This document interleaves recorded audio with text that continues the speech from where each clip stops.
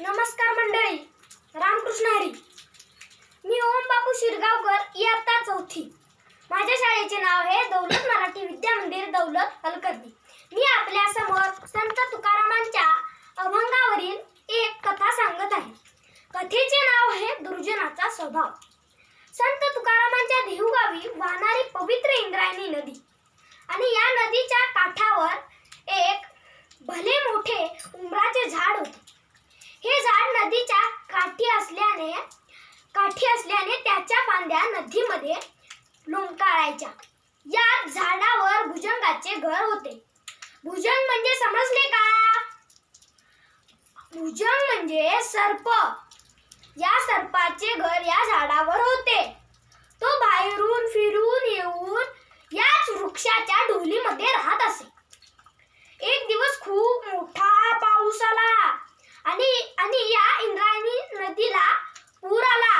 इंद्रायणीचे पाणी भुजंग राहत आलेल्या झाडाला बुडवू लागले.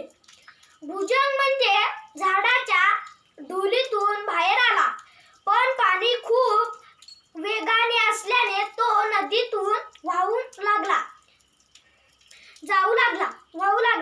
जाऊ लागला. त्याला काही केल्या पाण्यातून बाहेर येता येईना. एवढ्यातच राजहंस नावाचा पक्षी आकाशातून फिरत होता आणि त्याची नजर पाण्यातून वाहून जाणाऱ्या भुजंगावर गेली.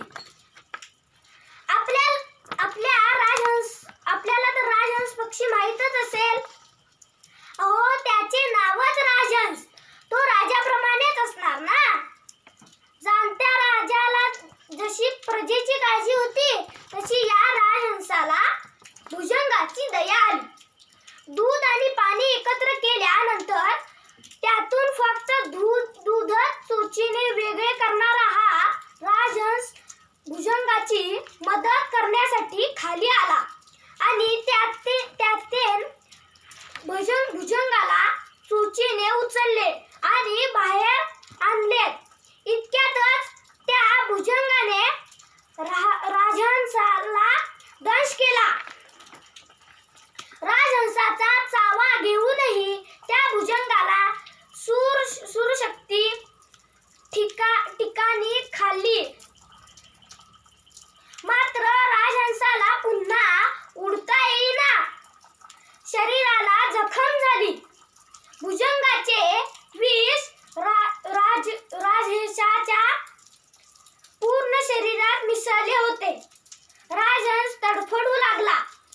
तसेच विष त्याच्या अंगात चढू लागले.